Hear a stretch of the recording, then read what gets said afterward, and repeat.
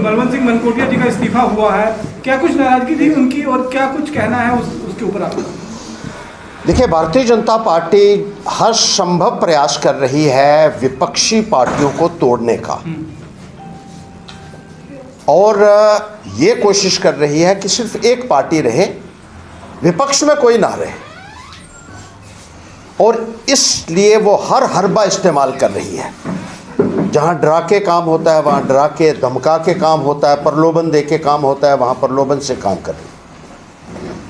और ख़ास तौर पर पैंथर्स पार्टी को जो है वो निशाना बनाया जा रहा है, क्योंकि पैंथर्स पार्टी ही एकमात्र पार्टी है जो लड़ रही है भारतीय जनता पार्टी के खिलाफ। मुझे भी बहुत प्रलोभन दिए गए, एमएलए बनाएंगे, मंत्री बनाएंगे, एमपी बनाएंगे, लेकिन जब हमने नहीं माना, फिर इंक्वायरीज हमारे खिलाफ जो है वो शुरू, उसमें भी कुछ नहीं बना, फिर डराया गया, धमकाया गया, जान से मारने की धमकियां हमको दी गई, लेकिन हमने सरेंडर नहीं किया।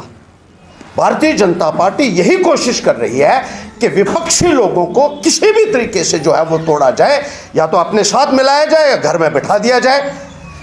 अगर बलवंत जी के साथ भी कुछ ऐसा हुआ है, मेरी अभी उनसे बात नहीं हुई है, उनका स्विच ऑफ आ रहा है, मैं बाहर था 4 दिनों से, तो हम उनको कहना चाहते हैं कि हम उनके साथ खड़े हैं। और मैं अपने पार्टी के तमाम वर्कर से कहना चाहता हूं कि भारतीय जनता पार्टी से डरने की कोई ज़रूरत नहीं है।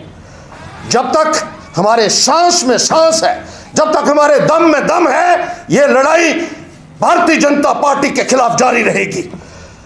इनकी जो बेईमानी है, इनका जो भ्रष्टाचार है, जिस तरीके से ये दबाकर और लोगों को धमकाकर अपनी राजनीति चलाने की कोशिश कर रहे हैं, पैंथर्स पार्टी हमेशा उसके विरोध में खड़ा रहेगी और पूरी लड़ाई जो है शिद्दत के साथ लड़ेगी भारतीय जनता पार्टी के साथ। मैं अपने तमाम वर्कर से कहना चाहता हूं कि हर्षदेव आपके साथ खड़ा है, आपका कोई बाल बांका नहीं कर सकता।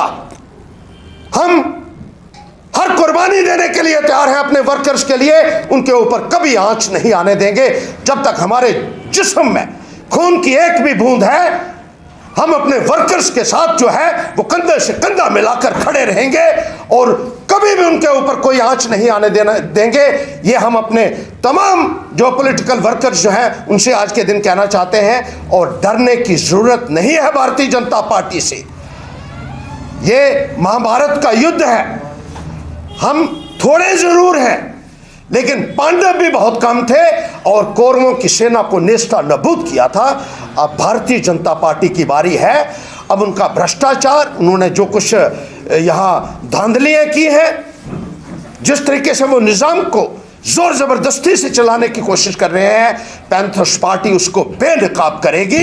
ये हम आपको यकीन दिलाना चाहते हैं और अपने वर्कर से कहना चाहते हैं कि आपका कोई बाल भी बांका नहीं कर सकता। जिस तरीके से बीजेपी डराकर, धमकाकर, लालच देकर, प्रलोभन देकर हमारे लोगों को जो है वो तोड़ने की कोशिश कर रही है, हमारे घर में सेंध लगा रही है। पहले भी हमारे घर से एक आदमी को उन्होंने तोड़ा था और आज फिर उनकी यही कोशिश है। लेकिन मैं कहना चाहता हूं कि पैंथर्स का सारा परिवार जो है वो एकजुट है और इस लड़ाई को पाए तकमील तक ले जाएगा, भारतीय जनता पार्टी को नेस्ता नाबूद करेगा। लेकिन हर्ष जी, मनकोटिया जी का कहना है ये घर की लड़ाई है, घर के अंदर की लड़ाई है, जिसकी वजह से उन्होंने पार्टी का दामन छोड़ा है। मैं देखिए, मेरी उनसे बात नहीं हुई है अभी, जब बात होगी तो क्या वजह है, ये वजह का पता जो है वो बाद में चलेगा और जो भी है लेकिन मनमुटाव चल रहा था पार्टी के भीतर। देखिए, ऐसी तो कोई मुझे लगता नहीं है कि कोई मनमुटाव वाली बात होनी चाहिए, क्योंकि मैं तो 6 दिन के बाद अभी आया हूँ, सीधा एयरपोर्ट से यहाँ पहुँचा हूँ और अभी मेरी ज़्यादा बातचीत नहीं हुई है। आते ही जो है एक मीडिया जो है उनसे बातचीत करने का मुझे मौका मिला है।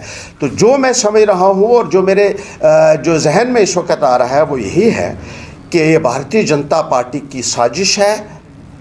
जिस तरीके से वो करती रही है वही वो कर रही है यहाँ भी, और मेरा पार्टी के तमाम लोगों के साथ ये एक कमिटमेंट है, हम वचनबद्ध हैं अपने लोगों की लड़ाई लड़ने के लिए। हमारा एक आदमी भी 1.25 लाख के बराबर सिद्ध होगा, ये मैं बताना चाहता हूँ।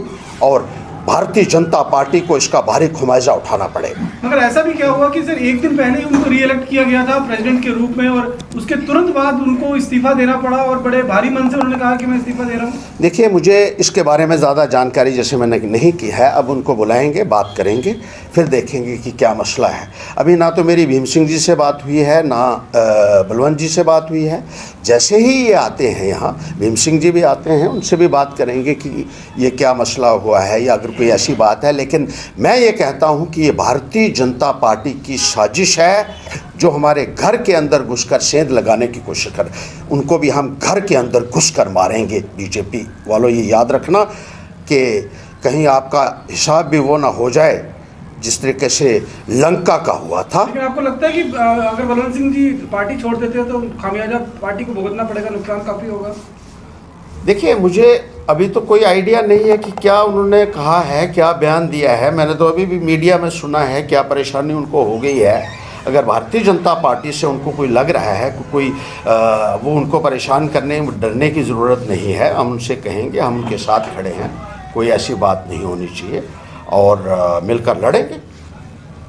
अभी मेरी भीम सिंह जी से भी बात हुई, उन्होंने कहा कि घर की लड़ाई है, छोटी मोटी लड़ाई है, ये इसमें इससे कोई फर्क नहीं पड़ेगा। अगर बलवंत पार्टी छोड़ भी देते हैं तो कोई पार्टी को फर्क नहीं पड़ने वाला है। आप भी मानते हैं कि अगर बलवंत सिंह नहीं, देखिए, अब कोई यहाँ ये इस वक्त कोई फैसला नहीं हुआ है। अभी उनसे बात करेंगे कि मसला क्या है, बात क्या है, उसके बाद जो है वो आपसे बात करेंगे। ऐसे तो एक वर्कर्स भी ज़रूरी होता है पार्टी के लिए।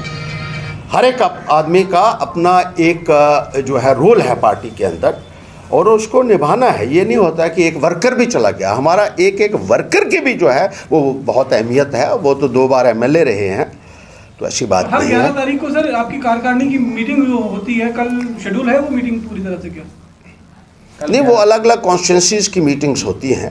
कॉन्स्टिट्यूंसी लेवल के ऊपर मीटिंग होती है। किसी की 10 तारीख को होती है, किसी की 11 होती है, किसी की 12 होती है। हाँ, उन्होंने अपने वीडियो में बोला है कि कल मैं कार्यकारिणी की बैठक बुलाऊंगा। क्या होगी वो हम उसमें कोई बात नहीं है, उसमें बिल्कुल मीटिंग करनी चाहिए और उसमें सोच विचार करना चाहिए कि क्या वजह है। वर्कर्स भी हमारे उनसे मिलेंगे और पार्टी के लोग भी उनसे बात करेंगे कि क्या बात हो गई है जिसकी वजह से उनको ये फैसला लेना पड़ा।